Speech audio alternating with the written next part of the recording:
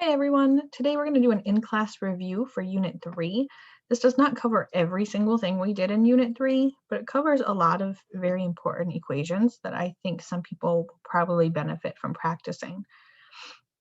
I did put together a cheat sheet for you to keep all of our formulas in one place. I know that we've gone through a lot of relationships and formulas and equations that go with this unit. So if this helps you in any way by studying or by looking at the relationships, hopefully it is helpful for you.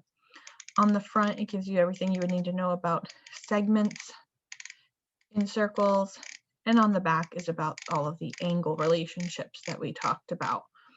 You can't use this on a test, but you can use this to study, and I highly recommend that. There's a blank one posted too. If it helps you to look at a blank version and fill it in from there, you're welcome to do that also. So what I'd like to do is practice each of our problems here, and then I'll go over the answers. So the first one says, if AB is tangent to circle C, find AC. The font here is kind of funky. That's an A and a C. So we're going to find the length of AC given that AB is tangent.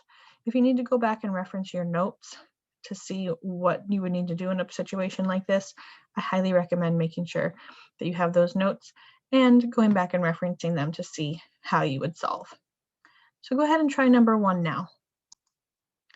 Okay, so we learned that if a line or a tangent is truly tangent to a circle, meaning it touches the circle at one point, then it makes a perpendicular segment to the radius, meaning we have a right triangle. And if we have a right triangle, then we can use the Pythagorean theorem. I let AC be x. That's the hypotenuse of the right triangle. We know that c squared equals a squared plus b squared for the Pythagorean theorem. So I get x squared equals 277. Take the square root of both sides to get x by itself. So the length of AC is about 16.6. And number two, if WX is tangent to circle Y, find the length of WX. Try this one now. Okay, so for number two, you should get 42.1. It tells us that the piece on the outside here is 25, and we know that the radius is 23. So if I add 23 and 25, I get 48. 48 is the hypotenuse. So 48 squared equals 23 squared plus x squared. And we're just going to solve our Pythagorean theorem for x. Okay, so we get 2,304 equals 529 plus x squared. Subtract 529 from both sides and take the square root to get x by itself. Next, we're going to try number three. So try number three now.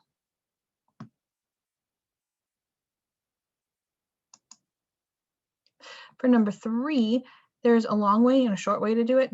The short, easy way says, okay, a radius is 17, so that means this piece is also 17. I don't want to really multiply a binomial and have to factor, so instead I'm going to let kj be y. So I'll say that y squared, which would be the hypotenuse, equals 17 squared plus 24 squared, and I solve for y. So the length of kj is 29.4. And if I know that this piece is 17, segment addition tells me that x plus 17 equals that whole length, 29.4. So if I just subtract 17 from 29.4, I get x is 12.4. It's a lot easier than multiplying or squaring a binomial and then factoring. Number four has some algebra that is a little more than we need for our geometry class, so we are going to skip number four. Number five is one that we can solve. Notice that a radius is 12. This piece on the outside here is 18. We want to find the length of NO. Go ahead and solve that now.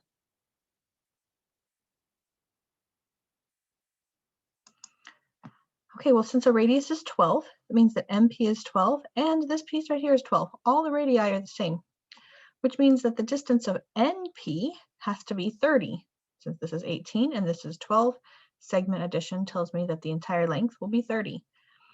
So if NO is truly tangent to the circle, then we have a right angle here, meaning we have a right triangle. The hypotenuse is 30. And if these are both tangent, that means they're congruent. So if NM is x, so is NO. So I can say that x squared, or x, is a leg, 12 is a leg, and 30 is the hypotenuse. So 30 squared equals x squared plus 12 squared, and we're just solving the Pythagorean theorem. You should get x equals 27.5, which would be the length of NO. All right, next is number 6. They're telling us that PQ and PR are tangent, and we're going to find the length of PQ. Try that now.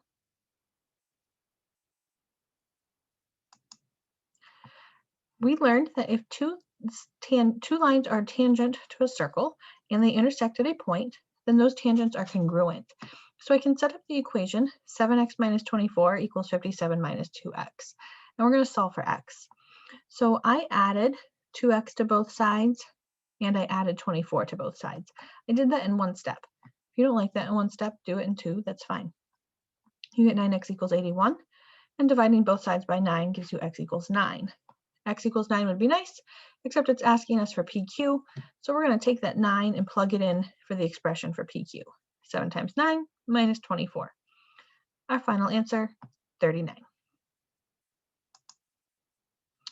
Number 7, we're going to find the perimeter of this triangle here, knowing what we know about tangents. So each of these is a tangent to the circle.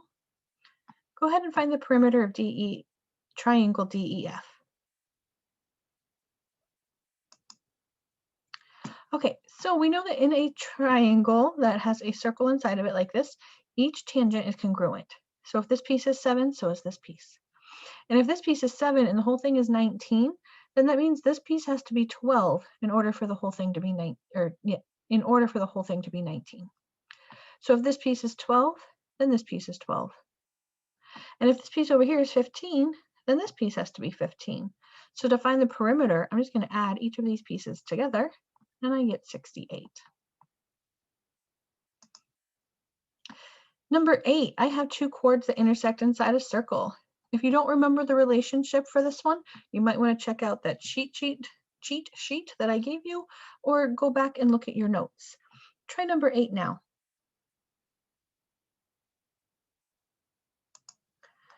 So in our notes or in that cheat sheet, we see that if we have two chords that intersect in a circle, then we can multiply the pieces of those chords together and they will be equal to one another. So in this case, 12 and 7 are the pieces of AB, so I'll multiply those together. And 28 and X are the pieces of CD, so I'll multiply those together. 84 equals 28x, divide by 28, x equals 3. Number 9, we have a similar problem. Read carefully here. Read carefully. That will help you find a piece of information that you'll need to solve that. But try number 9. All right, so the reason I said to read carefully was because mn equals 50, and that's not in the picture. If mn equals 50 and this piece is 44, that means that this piece here has to be 6. Now I have two chords that intersect inside a circle, and I can multiply each of those pieces together. So I can say 12 times x equals 44 times 6, and I can solve for x. Okay, let's try number 10.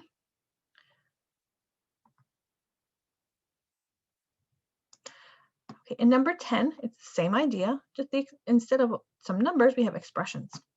So I can say that the pieces of UV are x and 15, so I'll multiply those together. And the pieces of ST are x minus 4 and 27, so I'll multiply those together. Distribute your 27. I added 108 to both sides and subtracted 15x from both sides. Maybe you did something different in this step, and that's okay. At the very end, though, you should get x equals 9. If you got a negative number, just watch out for that adding and subtracting. You should get a positive 9. Okay, now we're going to be coming across some problems that are using algebra that we just don't need to do for geometry. And although it was a good practice problem, the algebra in it was more than we need. So we're going to skip 11, 12, and we're going to go to 13. So go ahead and try number 13.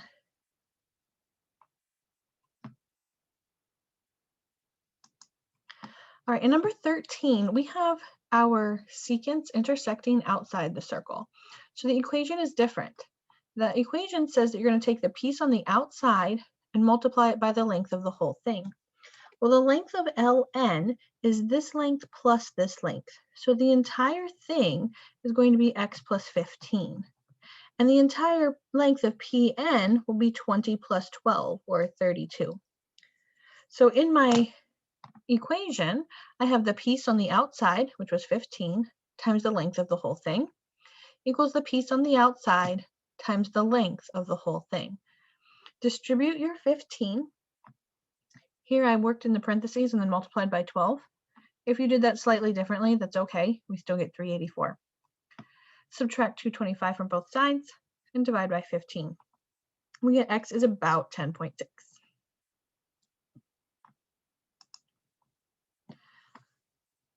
All right, in number 14, it says the AC is 36.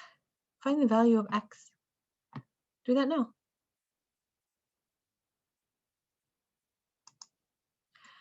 Okay, so the length of AC is 36. And we know that this piece here is 26, which means that this piece on the outside has to be 10. So in my equation, you're going to see that I wrote the piece on the outside times the length of the whole thing. The whole thing was 36. Equals, now over here, the piece on the outside is 9, and the length of this whole thing will be x plus 9. If you wrote 9 plus x, it's the same thing. Distribute your 9 and solve for x. I subtracted 81 from both sides and then divide it by 9. You should get x equals 31. All right, let's try number 15. Number 15, you're going to want to solve for x, but then make sure that you answer the question. Try this one now.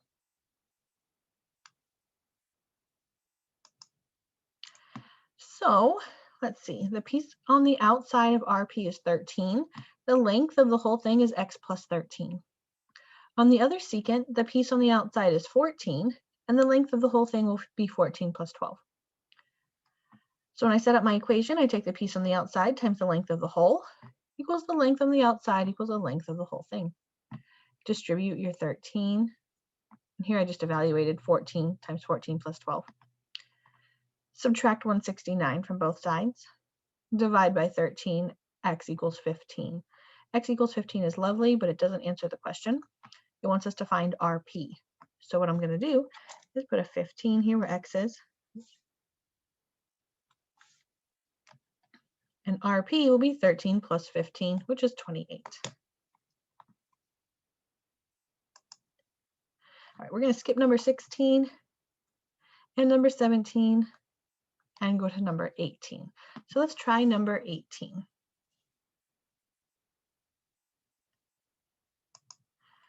Number 18, I have a secant QR. The piece on the outside is 6, and the length of this whole thing will be 6 plus x or x plus 6, however you saw it, both would work. For PQ, that's a tangent.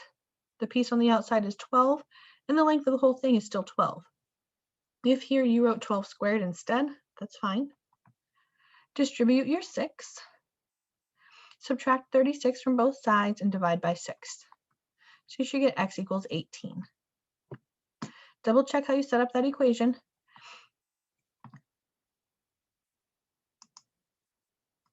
Let's try number 19. Try that one now.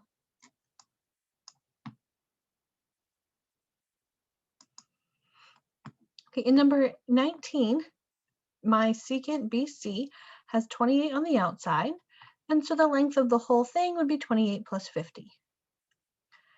My tangent, the piece on the outside is x, and the length of the whole thing is also x. So x times x is x squared. Well, how do I undo a square? I square root both sides. So x is approximately 46.7.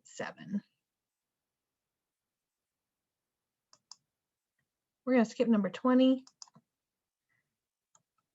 And that's it. All right, your attendance quiz for today is the word open. The test for this unit will open on Friday. Open. Don't forget to do the attendance quiz. Have a great day, everybody.